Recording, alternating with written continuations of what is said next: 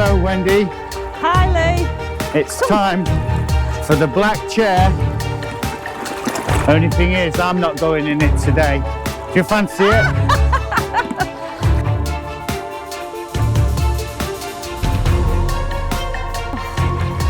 You do get me into some situations. You can do it. Go on then.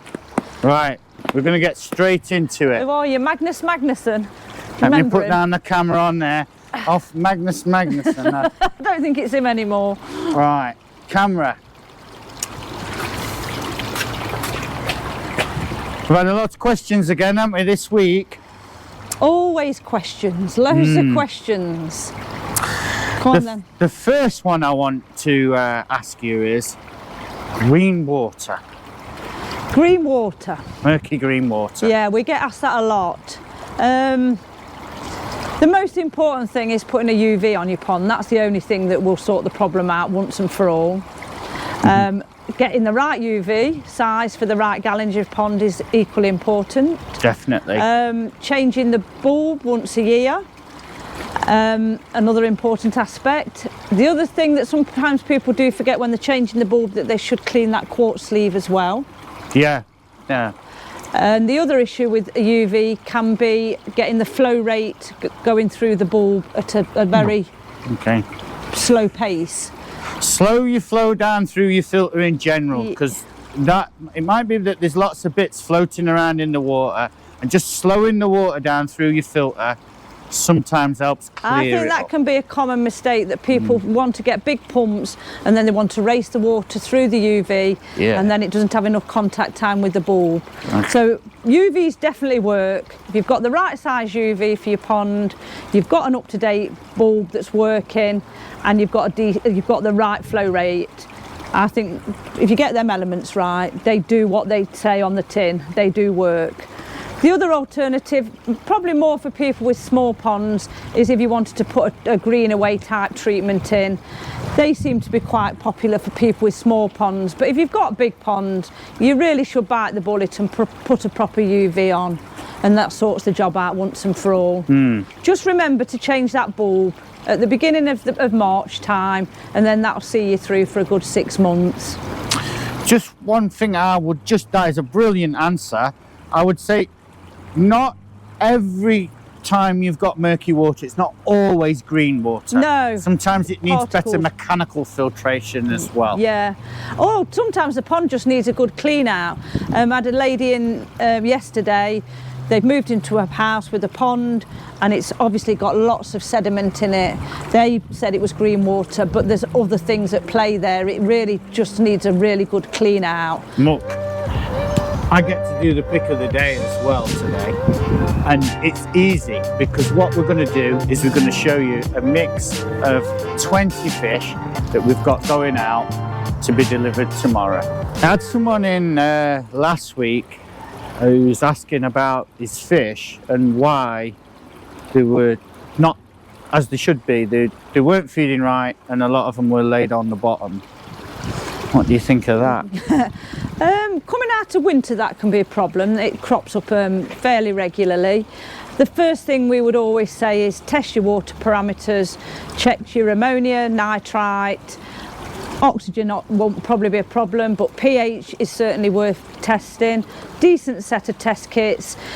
If they're all fine, then the next thing to consider is, and certainly this time of year, is if the fish have got parasites on them. Now, all fish will carry parasites, but they can start to get a little bit out of hand with the warmer temperatures. So if you do see your fish sulking at the bottom, that can be a sign. Swimming erratically can be another sign. Jumping out the pond a little bit, that can be another sign. Again, we'd always advocate that people purchase a microscope, and then you simply take a scrape off the fish, put it under the lens, and you try and identify what parasite you've got on the fish. As I say, all fish will have parasites. It's at the stage where they're getting out of hand and they need some sort of treatment. It can be tricky to recognise what parasites are under the lens, and we do offer a service where Matthew Silver, very knowledgeable young man who works here, has worked here for a number of years, offers a service, has come round to people's houses, which again is invaluable. We had a gentleman who had a problem from Beeston this week. He was having a problem with his fish. Matthew went round, and just like I said to him, just the fact that you've got somebody there looking at the environment, looking at your filters, the equipment, and he was able to give him some valuable help. And now he's going to, you know, there's definitely improvements that can be worth considering, and it's something Matthew Silver is happy to do. Any more? That's the way to deal with it, really. To do your water.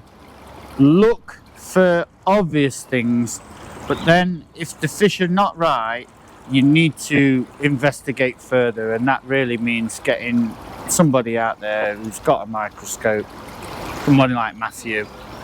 We do sell the microscope, yeah, and then you learn about it. There isn't hundreds and hundreds of parasites. It's knowing how to identify the ones that are. There's probably what, 10, 12 different ones at the most. Yeah, they're probably 4 or 5 common ones. Yeah, and if you can identify them, then obviously you can treat accordingly, as opposed to just guessing with a general anti-parasite product. That's always the better option. Right, Lee, I've picked 20 for you. I like doing this job. What do you think? You think I've got a little bit of everything in there for you? I think you've got a good mix ready there. I've got 2 Shearet Suris, I've got Soragoi, Ginring Kahaku, Arawaki. I've put a couple of butterfly koi in, but if people don't want them, they can always, they can request anyway, can't they? I think we've done a good job of getting that mix ready. Don't you think Wendy's stealing the show today? I'm trying to think of that man who does mastermind now. I can't think of his name. Not sure. It's not Magnus anymore. I've got one more question for you today, and this is to coincide with that sort of thing I put on my vlog on the website. How can you incorporate a few plants into a koi pond? That's a question that we do get asked a lot. Plants can be tricky with koi. But people like them, and they want to have a planted area, and we've always said if you could somehow get an area that's just containing the plants. But people do keep lilies successfully with koi. I think this week you've got to, again, back to the green water, we've had the floating plants coming into stock. They're very popular, the water lettuce. Again, they sit on the top of the pond, which it will give a bit of coverage to the fish, especially if we have some hot days, protect them from the sun, protect the water from going green. And people do love them, and they're back in stock again, aren't they? Again, we've got a big selection of marginals, which just again breaks up a pond to put some nice edging around the side. We have lilies, we've got the irises, we've got forget-me-nots, the water mint. We've got 1 or 2 nice ones that have got really nice aromas to them as well. There's a nice orange one, but I can't remember the name, sorry. I'm not sure, but the what that you generally do well in koi ponds are robust plants, like your grasses, your tall grasses. Yeah. And I did a video before Christmas at a local chap's pond.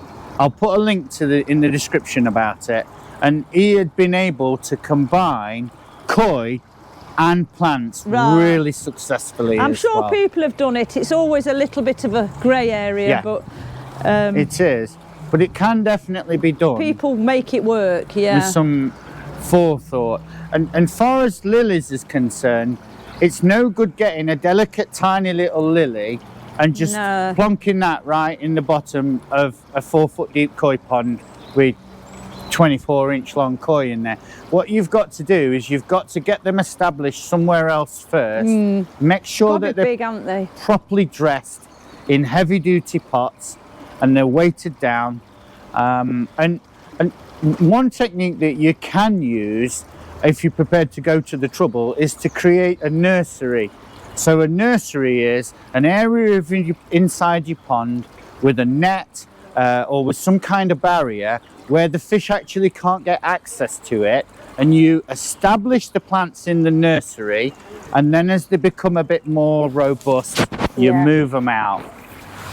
Good answer, Wendy. The other thing we have got is those floating floating baskets, and at first when they came out I thought they were a bit gimmicky and nobody'd like them, but again, it's like everything, once they've got established and you've got some nice growth on the plants, you don't see the ring anymore, and I think they're a good option for people. Fantastic idea. Yeah, they are good. And how much were they?